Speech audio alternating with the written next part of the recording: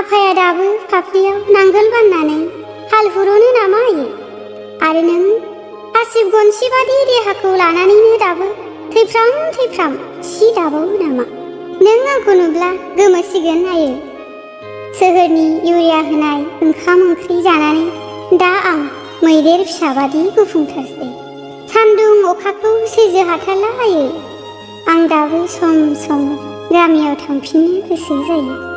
नाथाय आयै, आदैसे हाब्रुआव गासोम आंखि दा आफा हालेवनाय हायाव माइ गायनो हाबावगोन? जे अखायाव अमानो होनो थास' दाननो हाबावगोन? उसुं गोदाननि खाया रोदाखौ जावनो हाबावगोन? एसि जायै आंनि मोदोमा रानस्राव जाबाय आयै। आरो एलार्जिखौलाय माथो बुंबावनो?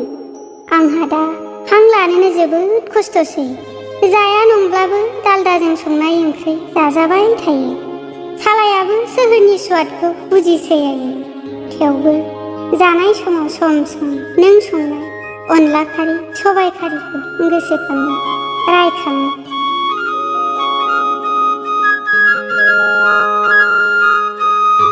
बेसे गोबाव जाखो आयै नोंसोरजों आं लोगो मोनज्लायैया? नोंहा गोसोआव दंना आयै?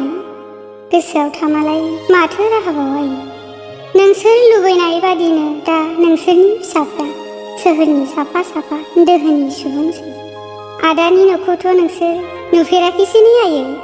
एसेबां लेंसेयावबो नोंसोर बै समावनो फैखायाखिसै सोहोरखौ मोजां मोना होननानै। आदानि न'आ दा थाखोसै आयै। आरो गाहायनिफ्रायनो सिकिउरिटि। बिसोर बिमा बिफा सिनाया, नोंखौबो आफाखौबो सिनायनो हानाय नङा। बाजैनि रावखौ नोंसोर बुजिनायबो नंखाया। आदाया गोदोनि बादि फेक रायज्लायला, नांगौखौल' बुङो। नोंसोर दुखुसो मोनगोन आयै।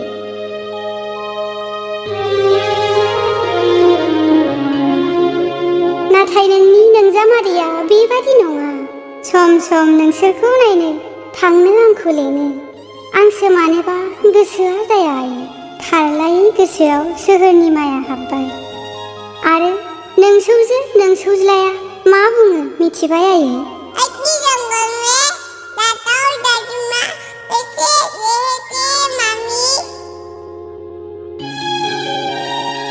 आंबो गोसोखाङो आयै। नोंनि गनसिबादि देहाजों दोखो खामानि मावनानै मेंरुनानै उन्दुनाय समाव खर'खौ बिलिर होनो, आफानि मेंनाय फाफ्लियाव गुरै आखाइजों नानानै होनो। नाथाय जुगानो थिनाखिसै। नोंसोर आंखौ सोहोर मोखां जाबोनो थुलुंगा होनायाव आंबो फैबाय सोहोराव। नाथाय आंबो थांफिननो रोङाखिसै। आद्रा जाबोबाय मोनाबिलि समाव दुगैस्रां लोबस्रां आलारि सावनानै इसोरनि सेराव आरज गाबनो सोलोंनो। आद्रा थाबोबाय नोंनि आसियाव बुयै फोरोंनाय सि दानाय रोंसारनो। आद्रा जाबोबाय दैमानि मैब्रुङाव नाथुर हखांनो। आद्रा थाबोबाय समाजनि नेमखान्थि रोंसारनो। आयै, दुखु दाखालाम, नोंसोरल' मोजाङै था। नोंसोर जोंखौ दाबाव, जोंनि थाखाय आरजल' गाबआयै। सानसे जों नोंसोरनि सेराव जाहाथे सौहैयो।